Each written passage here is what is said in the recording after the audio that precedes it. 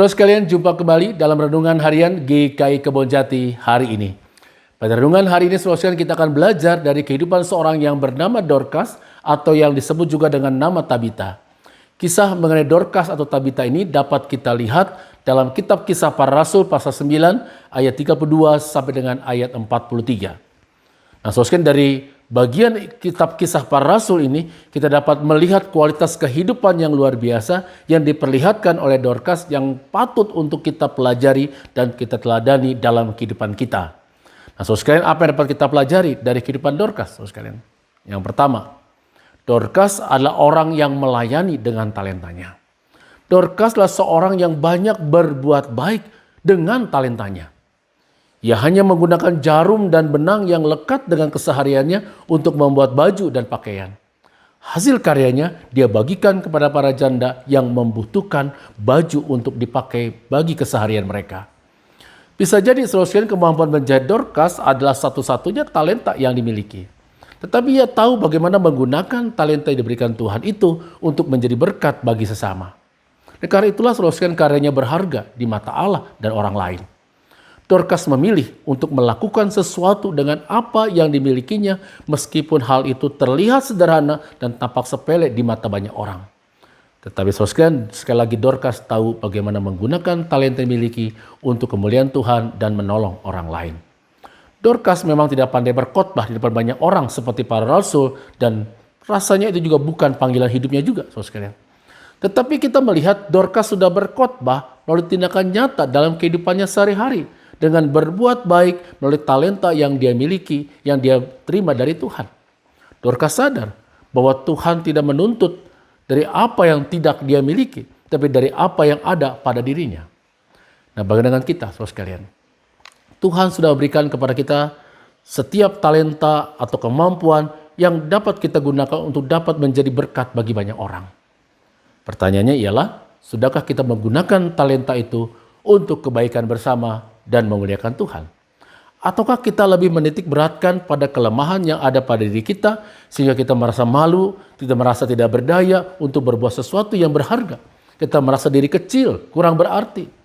Padahal saudara sekalian, setiap Anda dan saya mempunyai talenta yang Tuhan berikan untuk dapat menjadi berkat bagi banyak orang. Dan biarlah dari kehidupan Dorcas ini kita diberi keberanian untuk melayani Tuhan dengan apa yang ada pada kita. Walaupun yang ada pada kita itu mungkin menurut banyak orang, di mata orang lain terlihat sederhana. Tetapi asalkan saudara sekalian dilakukan dengan ketulusan dan sukacita, akan sangat berharga di mata Allah dan orang lain. Yang kedua, saudara sekalian, Dorcas adalah orang yang murah hati. Dorcas adalah seorang murid Tuhan yang namanya dikenang karena kemurahan hatinya. Di kota Yope, saudara, ada banyak janda yang kehilangan suaminya yang meninggal karena perahu mereka karam atau tenggelam. Nah, para janda ini tidak memiliki pekerjaan yang baik untuk mempertahankan hidupnya. Dan sebagai murid Tuhan, Dorcas tahu apa yang dapat dia lakukan, yaitu dia menjahit baju dan baju-baju itu dia berikan kepada para janda yang membutuhkan baju untuk keseharian mereka.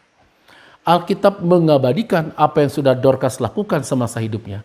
Ialah seorang penjahit yang memanfaatkan keahliannya untuk menolong para janda untuk mempunyai baju yang layak untuk mereka pakai. Dorcas secara nyata, saudara sekalian, mengalirkan kasih Tuhan kepada orang-orang lain, memberkati orang lain dengan apa yang dia miliki dan apa yang mampu ia perbuat.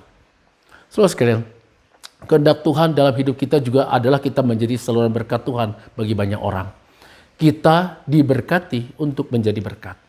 Tuhan mempercayakan sebuah talenta atau keterampilan lainnya agar melalui talenta itu kita juga dapat berbagi berkat, berbagi kehidupan dengan orang lain seperti yang dicontohkan oleh Dorcas dengan keahliannya. Bermurah hati adalah masalah hati, saudara sekalian.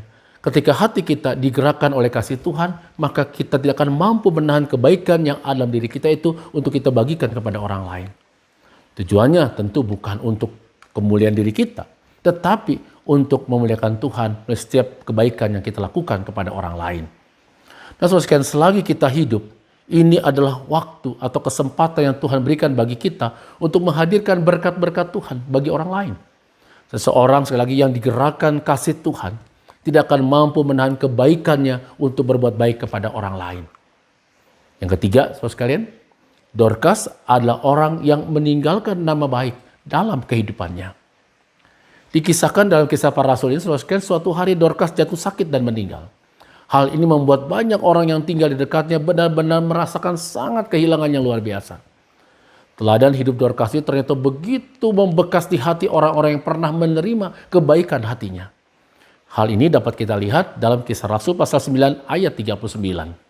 Kesedihan para janda yang berkumpul sambil menangis dengan membawa baju yang dulu dibuat Dorcas untuk mereka, membuktikan bahwa apa yang sudah dilakukan oleh Dorcas itu semasa hidupnya sungguh-sungguh menjadi berkat bagi mereka. Nah, saudara sekalian, mereka mengenang Dorcas karena kebaikan, karena sikap hidup yang Dorcas perlihatkan semasa ia ada bersama-sama dengan mereka. Saudara sekalian, suatu saat nanti kita semua pasti mati. Suatu saat kita pasti meninggalkan dunia ini. Hanya kita tidak tahu kapan waktunya, kapan saatnya. Karena itu, saudara sekalian, selagi kita diberi waktu oleh Tuhan dalam kehidupan ini, kita perlu memikirkan dan bertanya kepada diri kita sendiri. Jika saya mati, jika saya dan saudara mati suatu saat nanti, apa yang dikatakan oleh orang lain tentang diri kita?